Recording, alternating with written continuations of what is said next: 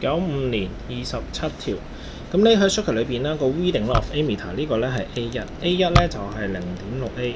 咁就問你啦個 potential difference between PQ 係幾多？咁咧首先呢一條咧就亦都我哋有兩個方法可以做嘅，係啦。咁首先咧我哋畫翻靚仔啲先。畫翻靚仔啲咧，其實咁樣嘅電池出嚟啦，係經過咗 P 啦。咁跟住咧呢一度就會係5安，呢度咧就係10安。咁咧跟住就 A1 啦 ，A2 合埋之後咧呢個出翻嚟咧就會係 Q。跟住咧呢一度咧就係10安。跟住咧如果係咁樣嘅話，佢就問你 PQ 係幾多？咁所以咧其實你 PQ 咧其實就只係讀緊呢一個嘅 parallel circuit 嘅 potential difference 嘅啫。咁所以我哋係啦，可以咁樣諗嘅。如果呢度係0.6A， 咁即係話咧呢度夾埋咧就會係3V。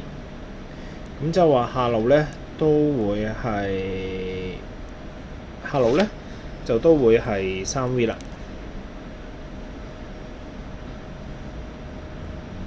係啦，如果呢度係3V， 下路都3V啦。咁所以咧 PQ 咧答案咧就會係3V， 因為 PQ 咧就講呢個 parallel circuit 嘅 potential difference 啦。咁你上路係3V， 咁下路都係3V， 咁成個都係3V 咯。係啦，咁就你可唔可以做多少少嘢？你話咁簡單係啊，因為咧佢又想如果你話做難啲咧，其實我都係咁樣做嘅，就係呢個3V， 咁咧佢成個嘅嗱，咁我紅色筆咧其實就而家係講嘅嘢咧就唔需要噶啦，但係都訓練埋自己啦。如果呢個3V 嘅話咧，咁即係話咧呢一度咧嘅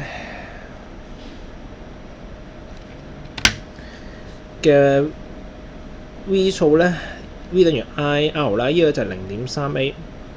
咁所以咧合埋咧就 0.9A。如果呢個 0.9A 嘅話咧，10歐咧合埋咧就 0.9A 經過10歐嘅話咧，咁呢度食到嘅 V 咧就等於翻 IR。